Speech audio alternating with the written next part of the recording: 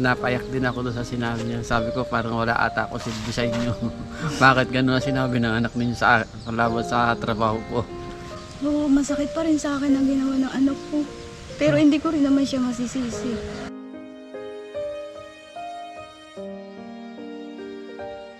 Lagi nga itong naiyak sa gabi, hindi ako nakakatulog siya, nagpupuritan ako naiyak na. Patawarin mo si Mama. At kung ano man ang nasabi mo sa amin, pasensya ka na anak at yun lang talaga ang hanap buhay ng mama mo. Magandang araw po sa lahat ng ating viewers, maging sa ibang bansa, mga nasa Pilipinas. Good day po sa lahat. At nagpapasalamat ako sa lahat ng patuloy na sumusuporta. At sa lahat ng hindi pa nakasubscribe, please isubscribe nyo na po yung ating YouTube channel. At sa mga hindi pa naman nakafollow, i-follow nyo na rin yung ating Facebook page. At road to 500,000 followers na tayo dyan. Ngayong araw, matapos po ang pangyayari doon sa pagharap po ni Nanay Gleisa at ng kanyang anak, hindi man maayos o maganda yung kinalabasan, pero at least sa ngayon alam ni Nanay kung nasaan naroon yung kanyang mga anak. Yun ang mahalaga. Tara, kakamustahin natin sila. Tay, kamusta po? Okay lang po. Anong alakal ka ngayong araw? Yan po. Ay, kakarating mo lang? Kakarating ko lang po. Ba't ang dami sako? Para saan po ito? Ay, dadaling ko kaya doon sa Jagsep. Binibili rin po kasi yan. Ay, ang ganito? Mm-hmm. Binibili. Ba't ito tay? Pagbibili mo din ba yan? Napakaraming ano? Ay, hindi po. Nalagyan ko na tubig yan. Mamaya tatabo ako. Ang dami naman. Po. Pwede, baka magtira ka lang ng ilan, pwede mo ibenta yung iba dyan. Ay, hindi po. Ang dami naman. Istakan po namin yan din. Nalagay po namin sa banyo. Lahat yan paglalagyan mo ng tubig? Opo, dalawang balik pa ako dyan. Kaya naman po na service ko yan. Kaya ng service mo? Opo. Lalamnan mo yan, sure ka? Opo, lalamnan ko po yan lahat. Dalawang balik yan. Okay, sige. Tatay, anong masabi mo? Nakwento ba sa'yo ni Nanay kung anong nangyari sa pupunta namin? Kaya nga po, naawang ako doon sa asawa ko ay. Pasok tayo dito. Ano po yun, tay? Naawang nga po ako sa asawa ko sa ginawa ng kanyang anak. Okay, tay. Mamaya pag-usapan natin tayo, ano? Opo. Kung ano yung nangyari dito sa pagpunta namin. Si Nanay Gleisa po. Right dito po. Si Mike, nasaan po? Dito po. Tay, kamusta ang pangangalakal mo? Okay naman po. Di pa rin siya nagbabago. Ano pa rin? Delay pa rin. Parang lilipas yata ang taon tay kung gati kayo dyan umaalis, wala namang magbabago, di ba? Kaya nga po. Ganun at ganun pa rin naman po ang mangyayari dyan. Tinatsaga-tsagaan ko na lang po at nagawa na po ako na ibang bagay para Para paano? pagkakitaan na iba. Opo. Okay. Nagbinta nga po kanina ng walis kaya medyo Kamusta ang pagbinta mo tatay ng walis Ayos niya? na po, 40 pesos ang isang tali. Ayos na. May supplier na po pati ako. May sinusuplayan ka na? May dinadala na pa ako, 5 tali agad ang kinuha niya. Ay, kanina. grabe. Pasalamat po ako sa kanya at kinuha niya yung mga dinadala ko. Ayos. Tuloy nyo na ituloy yung Nanay Gleisa. Ngayon pa pala na may ano na kayo, may pagsusuplayan na kayo. Maganda na po yan. Huwag nyo na pong sayangin yung opportunity na yan. Baka po mamaya stop nyo na naman. Hindi na po at Tuloy-tuloy nyo po kasi yan, may pagsusuplayan na kayo. Opo. Malaking halaga po yan ay. Ilan yung apat? 40 pesos ang isa, di ba? Opo. 80-80. Ilan lahat yung 160. Ay, tama ba? 160 ka agad yun. Opo. Di ba? Opo. Kung saan pa ba natin, di natin mapupulot tayo ang 160 pesos. Tapos kanina nag-deliver ako ng 6. Kinuha uli niya. Nag-deliver ka uli ng 6. Oo. Tingnan niyo mga kalingap, ito po yung ina-advise natin noon pa sa nila na ituloy nila itong ng walis kasi ang dami namin nakikita dito na gumagawa ng ganito na kumikita talaga sila ng pera kapag pakinabang yung ginagawa nila. At ang bukod pa doon, wala silang sinusunod na amo at ang isa pa, nandito lang sila sa bahay nila, di ba? Mahunguha lang kung sino, si Mark o ikaw, sino man, magpakuha kayo. Tapos, nalilibang din naman, nakakalibang din naman habang nagkakais ng walis. Pera pa, di ba? Opo. Tama yun. Itong mga alaga nyo naman, kamusta? Parang dumadami yata ngayon. Dumadami po. May bagong dating na naman ako. Dami na. Opo. Dito mayroong inahin, may mga sisiw. Opo. Tapos may mga gala pa dito. Opo. Tapos may mga tandang. Andun pa, may dalawa pa doon. Ang tandang ko po dyan ay tatlo. Mali natin, ito yung isa sa maging source of income nila tatay. Ngayon, ang pinagkakakita nila, pangangalakal. Opo. Pagbibenta nitong walis. Ito pa, dagdag pa ito, mga manok. Ang ganda po nito.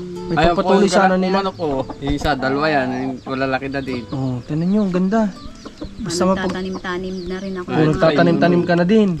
Sayang lang kasi yung mga tanim dati ni nanay, hindi naging maayos, ano? Parang hindi naging namunga ng maayos. Okay. May iba ko na, pag-usapan natin yung pagpunta natin doon sa anak mo. Kamusta ng pakiramdam mo ngayon? Halos ayaw ko nga sana nga marapasa ngayon. Ay, ganun po. Hindi pa, ano mo, pakiramdam mo talaga sa nangyari, ano? Oo, masakit pa rin sa akin ang ginawa ng anak ko. Pero hindi ko rin naman siya masisisi. Tama yun ay. Tama yun, naisip ko na yun.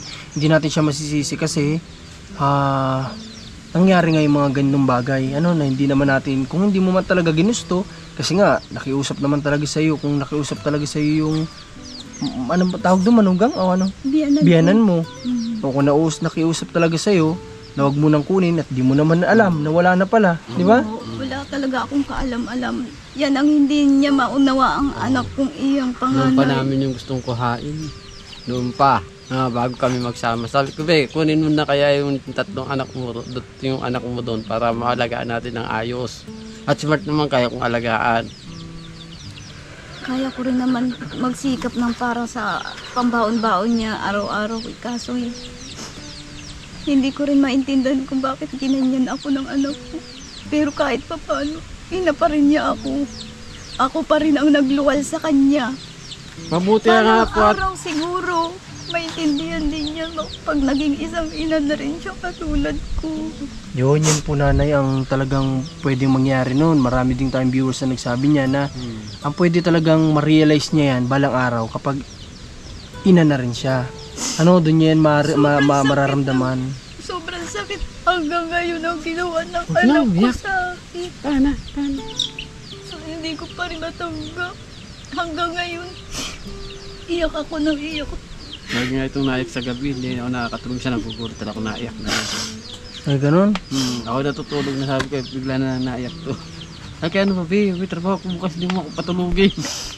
Ay, gabi-gabi naiyak si nanay. Oo, naiyak. Lalo simula nung nangyari yung dun sa ano? Opo. Sabi ko, pag hindi ka nag-move on, ano mangyayari sa'yo? Baka maulit yung nangyari sa'yo na matay ka. Kaya nagalit na si Danya sa akin, ma. Huwag kang huwag mong iyakan si ate. Alam mo na ako'y nagsiselos din sa iyo. Na lagi na lang si ate. Puro na lang sila ate. Paano naman ako? Anak mong nag-iisa dito na nagmamahal pa rin hanggang ngayon. Ang ibig sabihin ba ni Mark, alam niya na araw-araw, gabi-gabi mong iniisip itong mga kapatid niya, itong mga ate niya. Dapat wala naman din pagsilosan si Mark kasi siya naman yung nakakasama niya dito. Sila, yung mga ate niya, yung napalayo, ang loob sa inyo, siya naman, lagi niyo naman siyang kasama. Siguro na, ganito na lang, isipin natin, kagaya nga nasabi ko sa iyo, nasasakyan tayo. Isipin na lang natin, ay will ito ni God. Kasi, alam niya na, hindi pa ganoon ka ginhawa yung buhay niyo ni Tatay Budoy. Alam niya na kung sakaling mapunta sa inyong tatlo, talagang mas lalo kayong mahihirapan. Sabi nga ng anak ko, ma, ipapangako ko sa iyo. Pagbubutihin ko ang pag-aaral ko para makatikim ka ng ginawa na hindi natikman ng kapatid ng mga kapatid. Timpla mo daw ako ng kape dyan? Oo, yun na yung maganda. Awa na ako sa iyo, ma. Sabi ng anak kong bunso. Kaya nga sabi ko po mga kalingap kay nanay, ang maganda na lang na gawin niya, sabi din ni Commander, mag-focus sila sa buhay nila ngayon. Salamat na talaga ako doon sa nag-ampun sa anak ko. Oo, napakabait na yan. Pasensya na po kung nakagulo ako sa inyo. Kung Napakabait. nanonood man Sobra. po kayo. Maraming salamat po. Huwag niyo pabayaan ang anak ko. Ubugin niyo rin po ang anak ko sa tama. Meron nga pala po akong gustong pasalamatan. Ano po yun, tay? Yung mga Taga-Leon na nanonood sa akin, tuloy-tuloy lang po panonood. Maraming salamat po. At kung kayo pa ay nakakapanood ng mga nakakayak, huwag po kayong luluha. At yun po ay totoong nangyayari sa buhay namin. So, lahat naman kasi ng nakukunan natin sa camera natin, wala naman diyang scripted o ano man. Yan lahat yan. Hindi po kami sanay kasi sa ganun yung tinuturo ano man. Ano lang, kung ano lang yung totoong nangyayari, yan lang. Sobrang mahirap pa rin hanggang ngayon na magulang niya nagawa niya saktan. Hindi ako hindi ako nakabukol hanggang ngayon.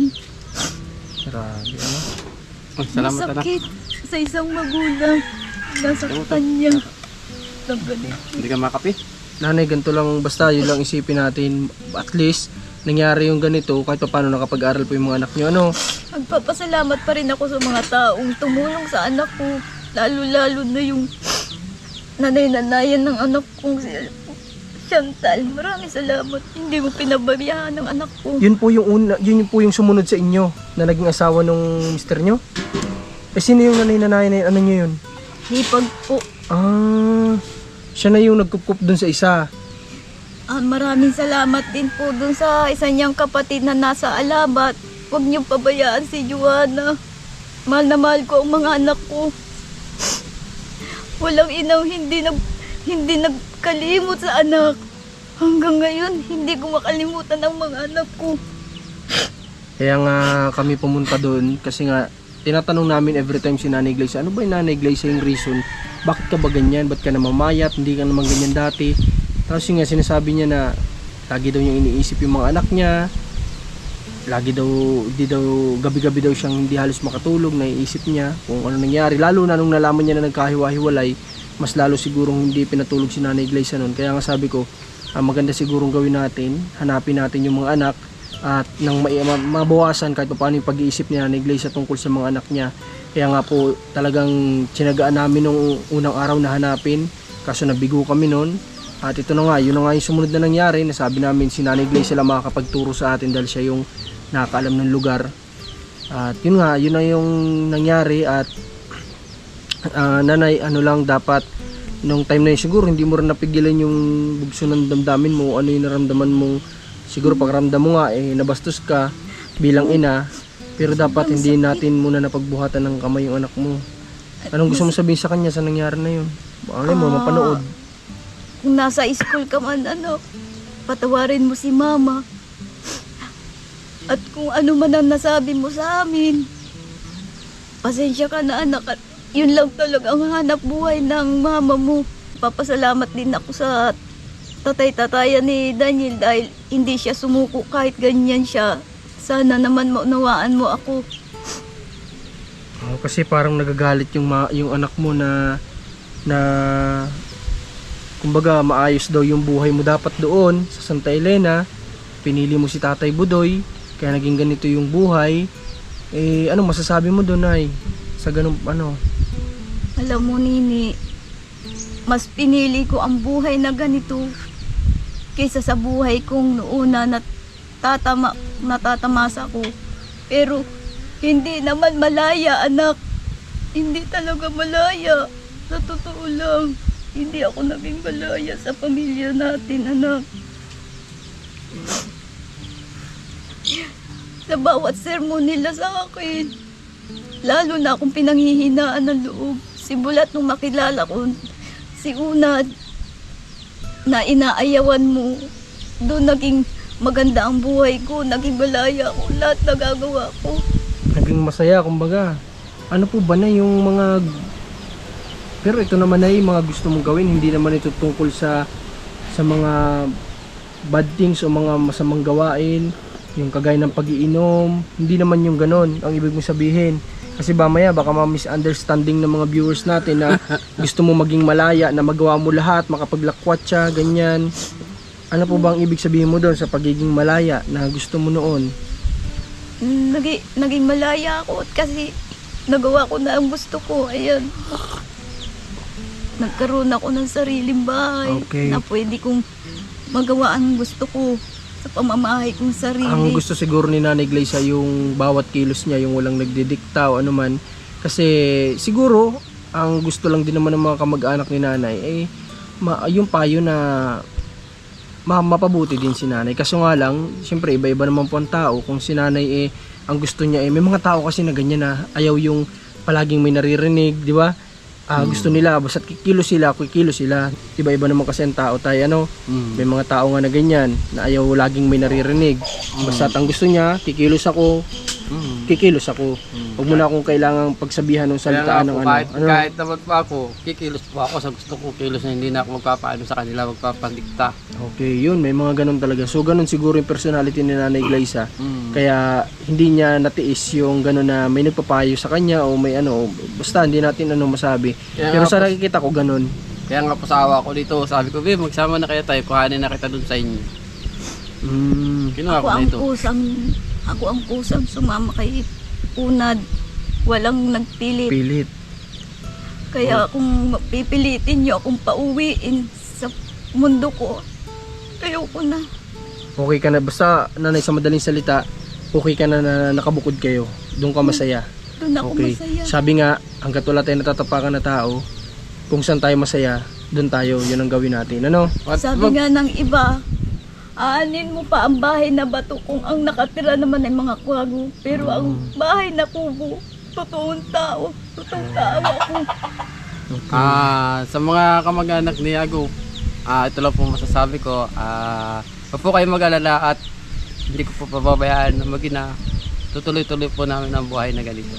Yun ang magandang nasabi ni tatay ngayon, na wag na silang masyadong mag-alala o mag-isip kay Nanay Glyza, basta't itutuloy nyo lang laban sa buhay.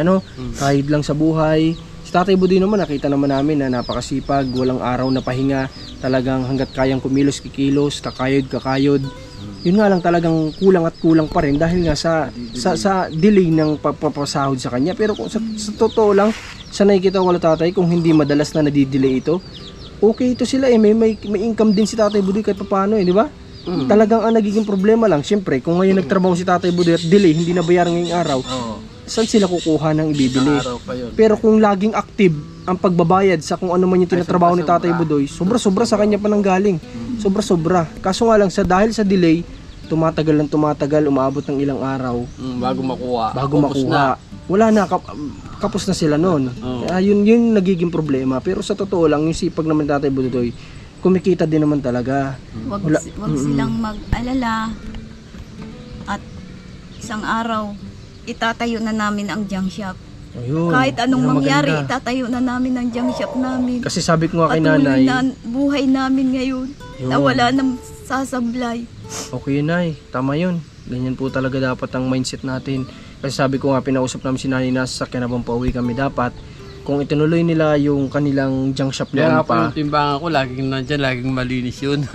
kung tinuloy nila yung junk shop nila noon pa, di sana, sila, businessman na sila. Hindi na sila yung nakikiamo, may sarili silang Kasi sabi ko nga, kung halimbawa, ganito yung tayo, bibigyan po kita ng payo, Kung halimbawa po tayo, meron ka pong 2,000 Opo. na puhunan. Di syempre, hindi po pwedeng babawasin mo dun yung kakainin nyo. Opo. Si Nanay Glyza yung mamimili ng mga magbibenta sa inyo dito habang ikaw, mangangalakal ka pa rin at ibibenta mo dun na kung ano yung nabentahan mo, yun yung pang kakain nyo. Opo, ganun nga po Tapos ang yung gagawin. puhunan nyo dito, wag nyo gagalawin yun Opo. hanggang sa dumami ng dumami. Opo, ganun nga po ang gagawin. Kasi kung gagalawin nyo po yung nanggaling dun sa puhunan ninyo, wala pong mangyayari talaga. Kaya nga po mangangalakal pa ako ng bukod. Yung pira yung Tapos si nanay, pwede siya dito mamili. Pwede ka magsabi na, namimili na si Mrs. doon sa bahay ng kalakal, pwede kayo magdala, di ba? Opo. Ganun. Ako naman, Habang si nanay nagkakayas dito nag-aantay ng magbebenta, doble-doble kita, di ba? Opo. Okay, sana magawa niyo. Sabi ko nga sa anak ko, hayaan mo, Daniel, pupursige din na natin ang paghahanap buhay. At sabi mo sa akin, tutuloy-tuloy mo na ang pagpasok mo May contact talaga. pa naman ako dyan, taga Santa Elena. Talagang ipapakita daw niya sa atin niya na hindi dapat maliitin ng katulad na namin na ganito lang ang hanap buhay. Kasi medyo nasaktan din si nanay. Nasaktan ako Pati dun, kami, dun sa sinabi ng anak ni nanay na sila daw ay isang hamak na mga ngalakal. Ako nga po ay napayak din ako doon sa sinabi niya. Sabi ko parang wala ata ako silbi sa inyo. Bakit gano'n na sinabi ng anak ninyo sa laban sa trabaho ko? Nasaktan ka din tay. Nasaktan din po, siyempre umiyak din po ako kahit paano. Kahit po Kasi napanood mo tayo, narinig mo yung sinabi sa'yo. Ay, kinuwento po ng asawa ko sa akin. Wala ako inililim sa asawa ko kahit isang butil. Alam niya ang totoo. Grabe, nangyari sa akin. nasaktan pala si Tatay Budoy sa nangyari na ito. Ngayon po, pag naalala ko, natulo na laluha ko. Sabi ko, bakit ganun? Binuhay ko naman sila ng ayos. Kumbaga Ako, parang namaliit yung pagkatao mo, Tay. Parang nawalit yung pagkatao ko. Sabi ko yun. Sana balang araw makapag-isip din ang mga anak ko. Kapag Na mali isip ang- yun, sabi ko. Mali ang paratang nila sa akin. Mali ang Basta yun paratang nga, nila Nay, sa akin. ipakita nyo po na talagang nagsisikap kayo sa buhay at mababago someday ang buhay ninyo. Hindi pa huli ang lahat, no? Ilang taon ka na ngayon, Nay, ulit? 36 O, na. 36 ka pa lang, ikaw, Tatay Budoy. 46. Oh, bata pa kayo. May pag-asa Nagpapasalamat pa. din ako sa mga payo ni Commander.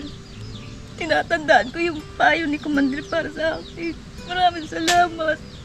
Tama yun, Nay, kasi paras po kayong babae ay. Kaya kumbaga may payo siya sa inyo. Kung alam natin makakabuti, gawin natin yun. Ano?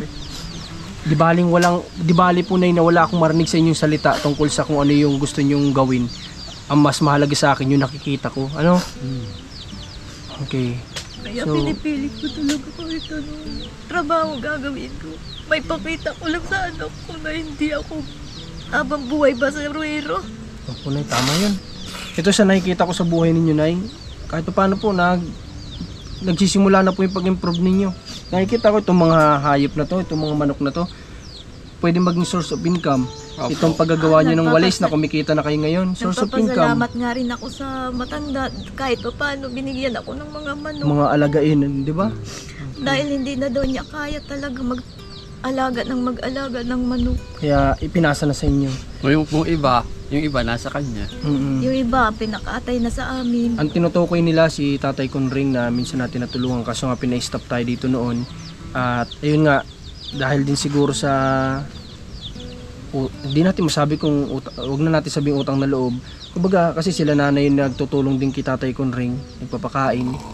Kung anong blessing meron sila, papakain nila kay Tatay Conring. Dito kasi nakain sa bahay. Binibigyan na rin sila ng mga alagang manok kasi si Tatay Conring may mga alagang manok. Hirap na rin sa pag-aalaga kasi may edad na. Kaya Madalas nga pinapasa siya niya na rin siguro. Madalas nga siya natutumba na ay. Naaawa na talaga ako dyan sa matanda. May Kung nanonood man yung mga anak niyang babae, sana isang araw mabisita man lang niya yung kaawa-awa niyan lang ama. Dahil yun ang hinihiling niya. Yung makita man lang daw kahit saglit lang yung mga anak niyang babae. Kasi hindi lang naman sana siya. na pagkain pera ang kailangan niya, yung kalinga ng anak, ano, di ba? Okay. So sana, yun. Sana dumating yung time na yung isa rin sa nagbibigay ng pangsimula nila Nanay Glyza dito mabisita din ng, yun nga, sabi ni Nanay Glyza ng mga anak. Okay? So, ngayon tayo, nagpunta kami dito para kamustahin si Nanay Glyza, Opo. kayo, kung ano yung pakaramdam na ni Nanay Glyza ngayon to, dahil sa nangyari. At yun nga, sabi nanay na hindi pa talaga okay. At yun lang, ang masabi ko lang sa anak nanay, sana dumating yung oras na mapatawad nila yung nanay nila kasi kasi ano naman deserve naman ng nanay nyo ng second chance. Kumbaga, kung nagkaroon man lahat ng tao deserve ng second chance. Kung may nagawa man noon o naramdaman yung iniwan kayo, bigyan nyo ng pangalawang pagkakataon yung magulang ninyo na kahit paano may paramdam yung pagiging ina o pagmamahal sa inyo. Ano, Nay? Okay. Laking blessing nga ng pag-ampun nila sa anak ko, sa aking panganay. Maraming salamat po talaga ng marami. Tatanawin namin ang utang na loob itong ginawa niyo sa anak ko. Dahil hindi niyo pinabayaan na maparuwara. Tama yan. Sa lahat ng kumupkup sa mga anak Nanay Glyza, salamat po sa inyo. At sana maraming pagpapala ang ipagkaloob sa inyo ni God para nang sa ganun ay kumbaga ay yung kabutihan ng puso ninyo ay magbunga din kasi marunong naman ang Diyos ay no. Ang taong ganyan na tumutulong alam ng Diyos yan. Siya ang bahala diyan kung sino man yung taong gumagawa ng mabuti, di ba? Okay. So, yun. Maraming salamat sa lahat na sumama sa amin sa pagpunta namin Nanay Glyza doon sa mga anak niya, sa pagkikita nila at sa mga hindi nagbigay ng sobrang kumbaga bad comments. Salamat po sa inyo kasi nakiusap nga ako na maging maingat sa pagbibigay ng komento natin. Sa lahat ng binablog natin, hindi lang kay Nanay Glyza, mag-ingat tayo sa mga pagbibitaw natin ng mga komento. Ano? Yung dapat yung kapupulutan ng aral para mas maganda po. Okay, maraming salamat ulit. Marcos TV channel, Rans Vlog, Commander ni Marcos Alma Vlog sa Facebook page. Maraming salamat po sa inyo lahat. God bless po.